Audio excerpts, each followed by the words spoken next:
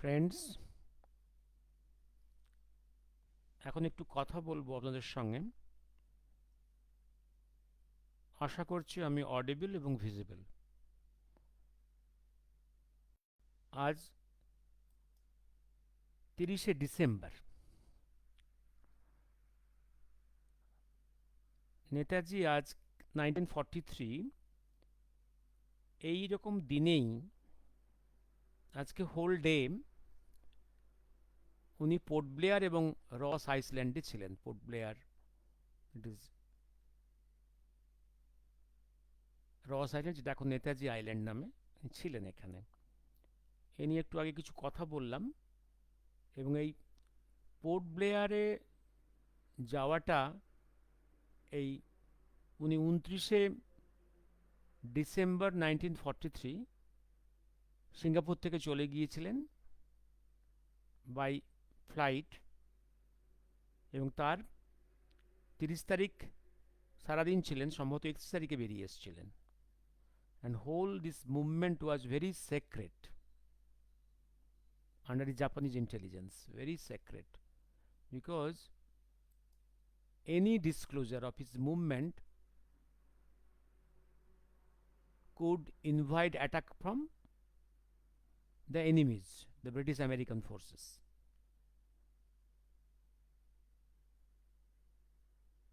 3 ফেব্রুয়ারি 1943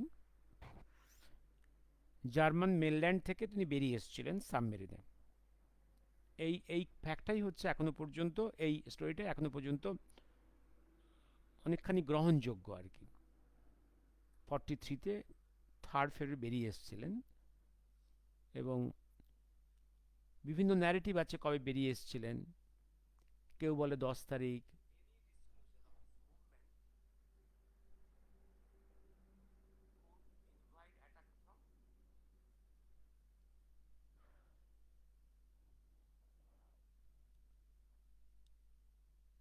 কোনো কোনো ন্যারেটিভসে 10, কোথাও কোথাও 9, কোথাও 7, 8।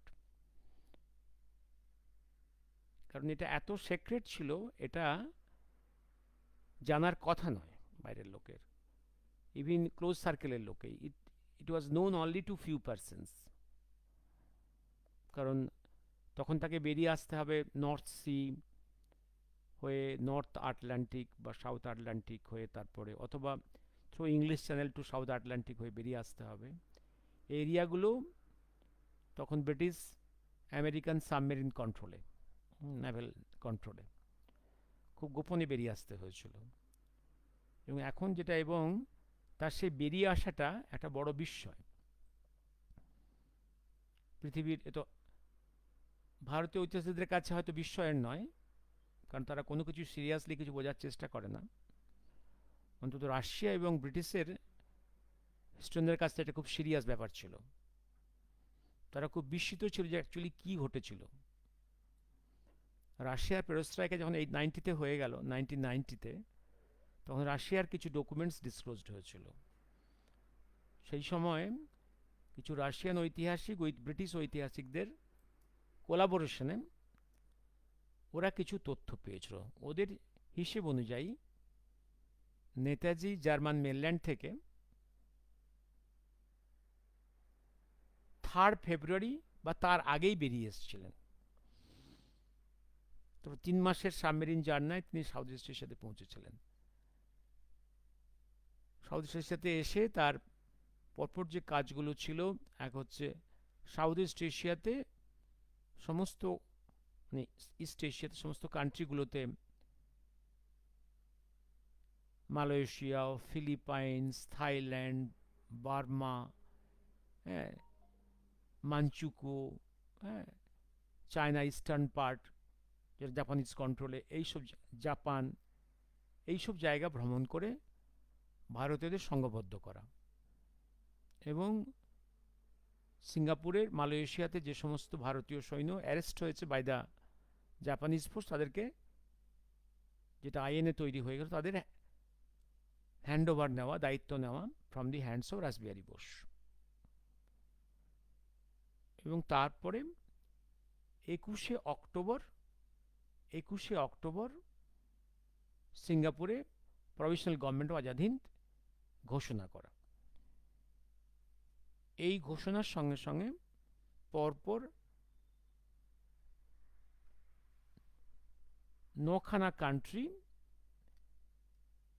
প্রভিশনাল গভর্নমেন্ট আজাদ হিন্দকে স্বীকৃতি দেয়।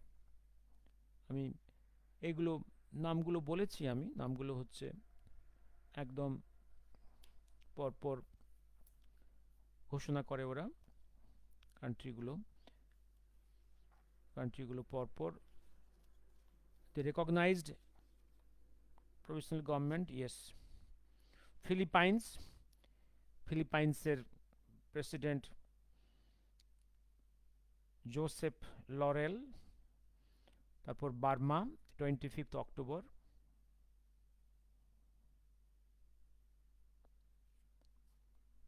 অক্টোবরে declaration of provisional government Azad Hind, 25 Burma, তারপর Philippines,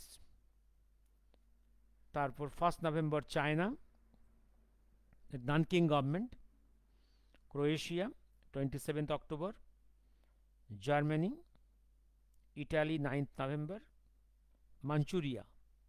Manchukuo government, and then Thailand on 18 November. All recognition schemes, and also by this time the recognition of the Ireland of de Valera, and behind the curtain, that is by the backdoor diplomacy, USSR এবং এইটা তার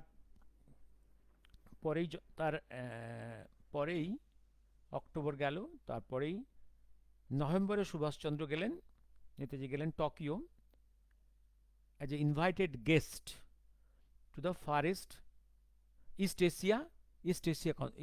greater east Asia conference in Tokyo, greater east Asia conference, যেখানে all the heads of the states of the East Asia attended. And as India was not the part of the East Asia, he was not in that way, he was not a guest, he was not delegate, but he was invited special guest. Actually, he was the most distinguished guest. And after this end of this conference, General Tojo declared that Andaman Nicobar will be handed over to provisional government of Azad Hind of Netaji. And Netaji wanted it because for a government you need a piece of land, a constitution, a army, judiciary, banks, finance system, all these things. Land is essential constituent in the definition of a state, of a country, and that condition satisfied by this transfer. That's transfer on the, I think on 9th November. 9th November, yes, 9th November. And after the end of the Far East Asia Conference, he again moved to different capitals for arrangement and talk to them to gather money and manpower and support for his government so that he can attack the British in the Indian border. এবার তারপরে আবার উনি সিঙ্গাপুরে এলেন। সিঙ্গাপুরে এসে প্রথম তার চিন্তা হলো উনি পোর্ট ব্লেয়ারে আসবেন। কারণ পোর্ট ব্লেয়ার যখন হ্যান্ডওভার হয়েছে সেই পাওয়ার ট্রান্সফারটা এক্সিকিউট করতে হবে একদম পোর্ট ব্লেয়ারে বসেই। উনি পোর্ট ব্লেয়ারে, আমি ফেসবুকে অনেকগুলো ছবি দিয়েছি, উনি 29 তারিখে, এবং ওনার যে যাত্রা সিঙ্গাপুর থেকে ওনার পোর্ট ব্লেয়ারে যাত্রা, এটা খুব সিক্রেট রাখা হয়েছিল। ওনার পোর্ট ব্লেয়ারে আসা, থাকা এবং আবার চলে যাওয়া, এই প্লেন জার্নি সমস্ত খবরগুলো it was kept secret, because any disclosure তাহলে ব্রিটিশ আমেরিকান ফোর্স তার প্লেনকে আক্রমণ করবে, তার অবস্থানকে আক্রমণ করবে। সেজন্য এটা জাপানিজ ইন্টেলিজেন্স খুব সিক্রেটলি এক্সিকিউট করেছিল। এবং 29 তারিখে উনি এসেছেন, ছবিতে দেখবেন আপনার, ছবিতে ওনার প্লেন থেকে বেরিয়ে আসছেন, তারপরে ওনার গার্ড অফ অনার নিচ্ছেন। 30 তারিখের ফাংশনসগুলো একদম, একটা হচ্ছে তোমার আপনার রস আইল্যান্ড, তখন রস আইল্যান্ড ছিল ব্রিটিশ যে চিফ কমিশনার তার হেডকোয়ার্টার, যেখান থেকে ব্রিটিশ আন্দামান নিকোবরকে রুল করত। সেইখানে ন্যাশনাল ট্রাই কালার উত্তোলন করলেন। আর আরও ছবি আছে একদম তারই উল্টো দিকে, যে পোর্ট ব্লেয়ারের যে কোস্টাল এরিয়াতে, সেখানে বড় একটা মাঠ আছে, জিমখানা মাঠ, এখানে জনসভা একটা আছে, তার ছবিও দিয়েছি। আর এখানে দেখবেন, এখানে আপনি যদি যান এগুলো দেখতে পাবেন, এই ঐতিহাসিক জায়গাগুলো এখনো পর্যন্ত মেনটেন্ড হচ্ছে। আর তারপর উনি জেলখানাও গেছিলেন, সেলুলার জেলেও গেছিলেন, জেলে গিয়ে জেল পরিদর্শন করেছেন, সেই ছবিগুলো দিয়েছি। আর তারপর উনি একদম একদম সাগর সৈকতে দাঁড়িয়ে ভারতবর্ষে তাকিয়ে আছেন, সেই স্ট্যান্ডিং ছবিটাও দিয়েছি। ওখানে যখন ছিলেন তখন কিছু খবর পেয়েছেন, যে খবরগুলো খুব পেইনফুল, যে জাপানি সৈনিকরা, অফিসাররা কিছু ভারতীয়দের অত্যাচার করেছে, এবং কিছু উইথাউট ট্রায়াল কিছু লোককে তারা খুন করেছে, একদম কবর দিয়ে দিয়েছে। এই খবরটা পেয়ে খুব দুঃখ পেয়েছিলেন, এবং তখন সেইখান থেকে তারপরেই উনি অ্যারেঞ্জ করেছিলেন জাপান গভর্নমেন্টের সঙ্গে কথা বলে ডাইরেক্টলি টোকিও থেকে কয়েকজন জাজ পাঠানো হয়েছিল এইটার ইনভেস্টিগেট করার জন্য, যে কি হয়েছে। তারপরে এই অত্যাচারটা বন্ধ হয়। যে জিনিসটা হয়েছিল, যদিও জাপানিজরা মিলিটারিলি আন্দামান দখল করেছিল, তারই মধ্যে চোরাগোপ্তা ব্রিটিশ কিছু নেভেল শিপ, সাবমেরিন, একদম এতগুলো আইল্যান্ডসের চোরাগোপ্তা জায়গায় জঙ্গলের মধ্যে লুকিয়েছিল, কিছু জলের তলায়। এটা হচ্ছে যে জাপানিজ সোলজারদের, অফিসারদের সন্দেহ। কারণ জাপান 42 থেকে 43 এই সময়টা জাপানির কন্ট্রোলে হচ্ছে আন্দামান নিকোবর, যদিও তারপরে officially handed over to Azad Hind সরকার, কিন্তু ওখানে মিলিটারি কন্ট্রোলটা জাপানিদেরই ছিল। দেখা গেছিল জাপানিজ দখলের পরেও ব্রিটিশ আমেরিকান ফৌজ, এয়ারফোর্স কতগুলো স্পেসিফিক ভাইটাল জায়গাতে বোম্বিং করছিল সাকসেসফুলি। তখন সন্দেহ হয় নিশ্চয়ই এখানকার কিছু ইনফর্মার আছে যারা ব্রিটিশকে এগুলো ইনফর্ম করছে। অ্যাকচুয়ালি তারা সন্দেহ করেছিল যেটা, যে সম্ভবত ওই যে যারা ব্রিটিশ এজেন্টস আছে, ইন্ডিয়ানস যারা ব্রিটিশ এজেন্টস হয়ে আছে, তারা এই খবরগুলো, জাপানি পজিশনসগুলো কোথায়, মিলিটারি পজিশনসগুলো কোথায়, এগুলো ওই ব্রিটিশের যে নেভেল শিপসগুলো আছে লুকিয়ে, বা সাবমেরিনগুলো আছে, সেখানে গিয়ে গিয়ে ওরা লুকিয়ে খবরটা দিচ্ছে। এই সন্দেহ এবং এখানে রাগের উৎপত্তি, এই রাগের উৎপত্তির জন্য তারা কিছু সন্দেহের লোককে তারা খুন করেছিল, এই একটা দিক। আর আন্দামান নিকোবর দ্বীপপুঞ্জের ভারত সরকারের হাতে চলে আসা, মানে প্রভিশনাল গভর্নমেন্ট অফ আজাদ আসাটা খুব ঐতিহাসিক ঘটনা। আজকে সে আন্দামান নিকোবর দ্বীপটা আজকের ভারতের কাছে ভীষণ ইম্পর্ট্যান্ট। মনে রাখতে হবে, আন্দামান নিকোবর দ্বীপপুঞ্জ যদি লাইন টানেন আপনি গ্লোবের উপরে vertically, north pole to south পোলে টানেন, তার দেখবেন আপনি আন্দামান নিকোবর দ্বীপটা হচ্ছে more towards the line of Burma and Thailand. হ্যাঁ, এটা ওদিকেও চলে যেতে পারত। মনে রাখতে হবে, সেকেন্ড গ্রেট ওয়ারের প্রায় 1 দশক আগেই ব্রিটিশ এজ এ প্রিকশন ভারতবর্ষকে খণ্ড করা শুরু করেছিল। যেমন তার আগে বার্মা এবং শ্রীলঙ্কা ছিল part of British India, being control from by viceroy from Delhi. কিন্তু আস্তে আস্তে বার্মাকে সেপারেট করে দিয়েছিল, সেপারেট ল্যান্ড করে দেওয়া, সেপারেট এবারে সেপারেট ইন্ডিয়ান ব্রিটিশ কলোনি করে দেওয়া হয়েছিল।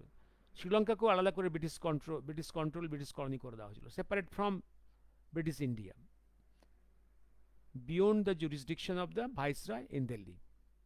এই সেদিন যে এটা ভারত সরকারের কাছে that day it came to the hands of the government of Azad Hind, এবং এটা পরবর্তীকালে যখন ভারত বিভাগ হলো তখন ভারতের কাছে এলো। এটা আজকে অনেক বেশি ভারতের ডিফেন্সের জন্য খুব উপকারী, কারণ বে অফ বেঙ্গলে এবং ইন্ডিয়ান ওশেনে ভারতবর্ষের নেভেল ফোর্স এবং এয়ার ফোর্সের পজিশনিংয়ের জন্য এই জায়গাগুলো ভীষণ ইম্পর্ট্যান্ট।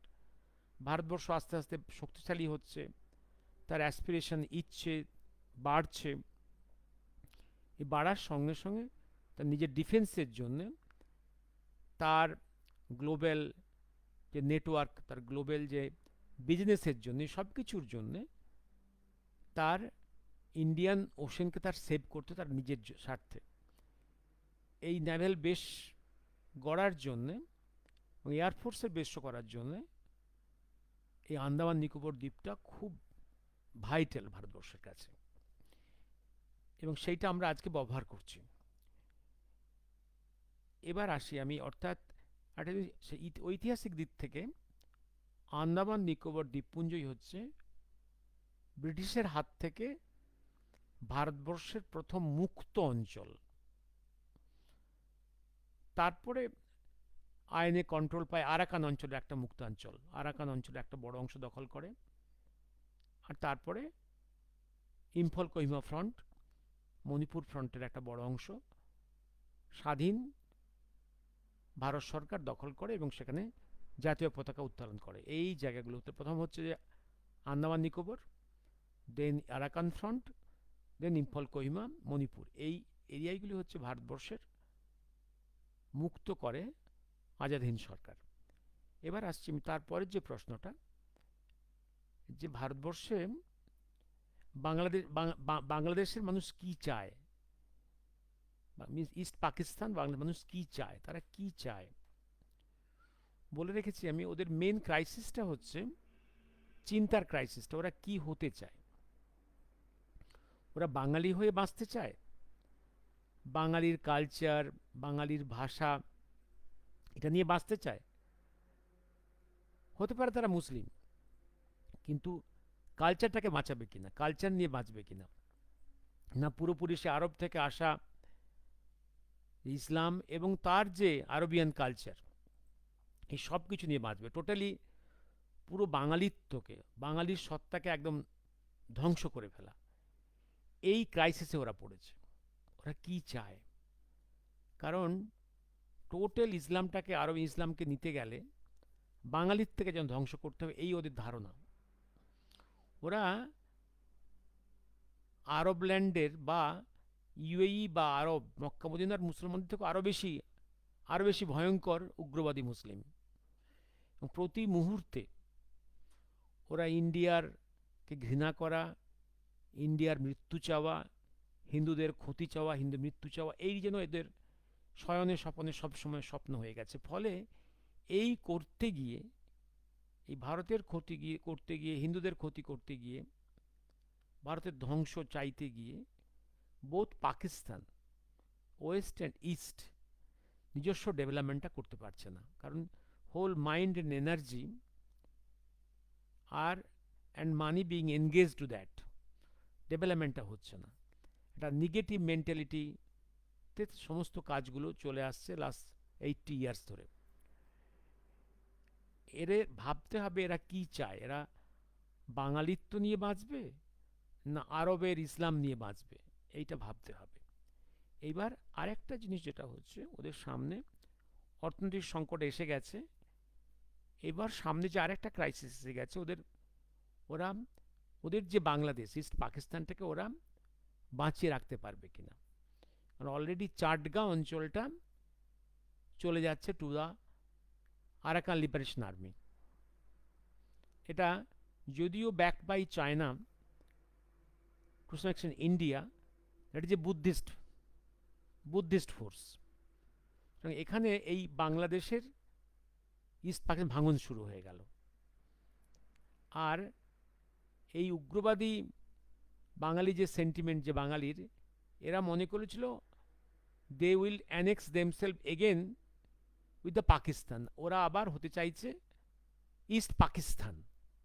মানে 71-এর মুক্তিযুদ্ধের সমস্ত যে ভ্যালুজগুলো, মূল্যবোধগুলোকে ওরা ধ্বংস করতে চায়, ধ্বংস করে ওরা পাকিস্তানি হতে চায়, একদম হিন্দু বিদ্বেষী, ভারত বিদ্বেষী। এই নিয়েই, এই ভারত বিদ্বেষ, হিন্দু বিদ্বেষ নিয়েই বাঁচতে চায়। কিন্তু এই বাঁচতে চাওয়াটা কি ভয়ঙ্কর ওরা বুঝে উঠতে পারছে না, এবং ওরা ডিপেন্ড করতে চাইছিল আবার ওরা পাকিস্তানের উপরে, যে পাকিস্তান থেকে ওরা 1947-এ অত্যাচারের হাত থেকে মুক্তি চেয়েছিল, এই তো মুক্তি পেয়েছিল, আবার তাদের পায়ের তলায় যেতে চায়। এই সর্বনেশের চিন্তা, ধ্বংসাত্মক চিন্তাটার মধ্যে ওরা শুধু ওই ইসলাম হয়ে থাকবো, ইসলাম হয়ে থাকবো, আর ভারতকে খতম করব, হিন্দুদের খতম করব, এই চিন্তা থেকে এইগুলো আসছে। আর যাদের উপর বেশ করতে চাই যে পাকিস্তানের উপরে, সেই পাকিস্তান অলরেডি ইকোনমিক্যালি এ ব্যাংক্রাফট নেশন, এবং তাকে আজকে আর কেউ বিশ্বাস করে না, না আমেরিকা, না ব্রিটেন, না চায়না, কেউ বিশ্বাস করে না। সেখানেও ভাঙন ধরেছে। বালুচিস্তান আস্তে আস্তে পাকিস্তান থেকে সরে যাচ্ছে। বালুচিস্তান চায় স্বাধীনতা, তারা 47-এই চেয়েছিল, they wanted to merge with India. তখন ওদেরকে জোর করে পাঠিয়ে দেওয়া হয়েছিল পাকিস্তানে। তখন গান্ধী নেহেরু একটু ওদের সম্মতি দিলেই বালুচিস্তানটা ভারতে চলে আসতো। কিন্তু গান্ধী নেহেরুর স্বপ্ন তো পাকিস্তান তৈরি করা, যেমন নর্থ ওয়েস্ট ফ্রন্টিয়ার প্রভিন্স, তখন তারা চেয়েছিল to merge with India, to remain with India. কিন্তু গান্ধী নেহরুরা এবং ব্রিটিশ জোর করে ওদের পাকিস্তানে পাঠিয়ে দিয়েছিল। ফলে এখন ওই নর্থ ওয়েস্ট ফ্রন্টিয়ার প্রভিন্সে প্রচণ্ড আগুন জ্বলছে, ওটা খুব শীঘ্রই পাকিস্তানের হাত থেকে বেরিয়ে চলে যাবে। সেখানে পাক আফগান তালিবানরা প্রবেশ করছে, এটা বহুবার ডিসকাস করেছে, আমার বইয়েও প্রচুর এগুলো লেখা আছে, এগুলো 3rd ভলিউমে। আর এদিকে বালুচিস্তান হাতে চলে যাচ্ছে, সিন্ধুও চলে যাবে, পাকিস্তান টিমিয়ে থাকবে ওই শুধু ওয়েস্ট পাঞ্জাবটুকু। তাহলে বোথ ইস্ট পাকিস্তানের স্বপ্ন, ওয়েস্ট পাকিস্তানের স্বপ্ন ধ্বংস হয়ে যাবে। এবার আসছি আমি, কি চায় এই ভারতের মুসলমানরা। এই ভারতের মুসলমানরা যারা মক্কা মদিনার মুখ দেখেনি, তারা কিন্তু খুব সাধারণ, সহজ সরল, তারা অত প্যাচ পাঁচ বোঝে না। তারা ভারতবর্ষের কালচারের মধ্যেই 1,500 বছর রয়ে গেছে, তাদেরকে নিয়ে প্রবলেম নয়। কিন্তু যে মুহূর্তে ওদের মাথায় মগজ ধোলাই হয় বাই মাদ্রাসা, বাই হাজিজ, or they go to Mecca Medina, সেখানে মাথা ওয়াশ করে আসে, তখনই ওদের মনের মধ্যে সমস্ত হিন্দু বিদ্বেষগুলো তৈরি হয়। এবং ওদের মাথার মধ্যে আরেকটা জিনিস ঢুকেছে, যে ইংরেজরা বাদশার কাছ থেকে ক্ষমতা দখল করেছিল দিল্লির। বাদশা মানে শেষ বাহাদুর শাহ। অতএব ইংরেজদের উচিত ছিল যখন ভারত থেকে চলে যাচ্ছে, মুসলমানদের হাতেই ক্ষমতাটা দিয়ে যাওয়া। তারা খুব অন্যায় করেছে, মুসলমানদের হাতে ক্ষমতাটা না দিয়ে খুব অন্যায় করেছে। এই একটা অদ্ভুত সেন্টিমেন্ট আছে। তবু ঐতিহাসিক থেকে বলি আমি, ইংরেজরা কিন্তু ঘুরিয়ে ফিরিয়ে ইনডিরেক্টলি ওরা কিন্তু মুসলমানদের হাতেই ক্ষমতাটা দিয়ে গেছিল। Pakistan went to the Jinnah, hands of the Jinnah. Kashmir went to Abdullah, Muslim. And India went to the hand of the Nehru, who's a Muslim. তবু এই ভারতে হিন্দুদের কিছু সে আছে, এটাও ওদের প্রচণ্ড আপত্তি। ওদের মানসিকতা হচ্ছে পুরো রাজত্বটাই ইংরেজদের উচিত ছিল ওদের হাতে দিয়ে যাওয়া। এই মানসিকতা থেকে, এবং ওদের চিন্তার মধ্যে আধুনিক জ্ঞান বিজ্ঞান কিছু নেই, মানবতা, হিউম্যান ভ্যালুজের কোনো জায়গা নেই। ইসলাম, সারিয়া, যেটা আজ থেকে 1300 বছর আগেকার যেটা নিয়ম কানুন যেটা মোহাম্মদ তৈরি করেছিল, সেই দিয়েই ওরা নিজেদের জীবন, নিজেদের রাষ্ট্র তৈরি করতে চায়। ওরা ভুলে গেছে 1300 বছর আগে মোহাম্মদ যে নিয়ম কানুনের মধ্যে তার সাম্রাজ্য তৈরি করেছিল, সেই ভ্যালুসগুলো, সেই আইন আজকে আজকে চলবে না। কারণ যুগের অ্যাডভান্সমেন্টের সঙ্গে সঙ্গে সময়ের প্রেক্ষাপটে মানুষের চাহিদা প্রয়োজন সমস্ত পাল্টায়। On the change of the situations and time, লকে চেঞ্জ করতে হয়, ডক্ট্রিনকে চেঞ্জ করতে হয়, সংহিতাকে, এগুলো যেগুলো আগের, যেগুলো যেমন মনুসংহিতা, মনুসংহিতা একসময় আমাদের সেই যুগের প্রেক্ষাপটের প্রয়োজন ছিল। এখন আর মনুসংহিতাকে দিয়ে কোনো হিন্দু, কোনো সনাতনী আজকে সমাজ রাষ্ট্র গঠন করতে চায় না। That Manusamhita has been এভলভড, has modified, বিবর্তনের সঙ্গে নতুন করে সংহিতা এসছে, নতুন ধারা, নতুন কনস্টিটিউশন এসছে। Even this constitution, nothing is a holy cow, everything need to be changed. এই বিবর্তনের এই মৌলিক কথাটা ওদের মাথার মধ্যে ঢোকেনি। ওদের মধ্যে সেই সারিয়া, ইসলাম, এই একদম কথাগুলো একদম গেঁথে বসে আছে। এইখানে ওদের সে মাথার মধ্যে বিজ্ঞান, সাহিত্য, দর্শন, মানবতার কোনো জায়গা নেই। এই সর্বনাশ থেকে ওদের নিজেদের সর্বনাশ করবে, আর ভারতেরও সর্বনাশ করে চলেছে। আমি এই বলে শেষ করি আজকে। শুভরাত্রি।